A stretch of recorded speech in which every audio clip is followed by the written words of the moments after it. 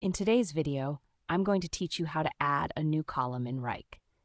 If you find this useful, consider subscribing and liking the video. Adding a column in Wrike is a great way to organize your tasks better. So let's get started right away. First things first, you'll want to locate the specific folder or project workspace where you want to add that new column. Once you've opened it, you'll need to ensure that you are in the table or grid view. You can switch to this view by looking at the top of your workspace and selecting the Table View option. This layout is essential because it allows you to manage your columns effectively. Now that you are in the correct view, move your mouse over to the far right side of your existing column headers. You should start seeing various headers like status, assignee, due date, and so on.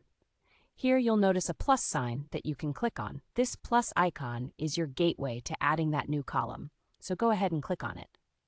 Once you click the plus sign, a prompt will appear on your screen.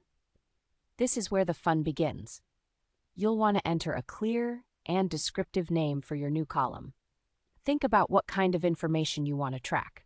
Maybe you're considering something like priority, client name, or perhaps estimated effort.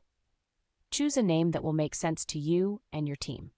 Alongside naming your column, you'll also need to select the data type that suits your new column best. There are a few options available, such as text, number, drop-down, or date. For example, if you're tracking simple text information, you would choose the text option. If you want to list choices, such as categories for your tasks, drop-down would be the way to go. Take your time with this part as it determines how you'll be able to input information into this newly created column. After you've configured the name and data type, proceed to follow any remaining on-screen prompts. This could include setting your privacy or sharing preferences for this column. It's important to think about who you want to have access to this information.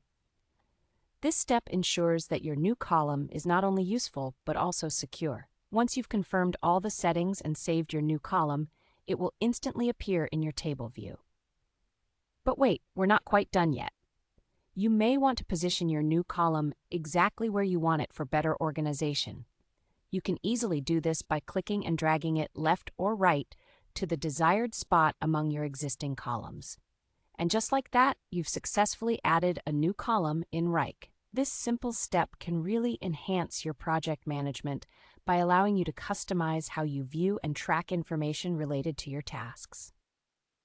Thank you for watching today's video on adding a new column in Wrike. I hope you found it helpful, and don't forget to like and subscribe for more useful tips and tutorials.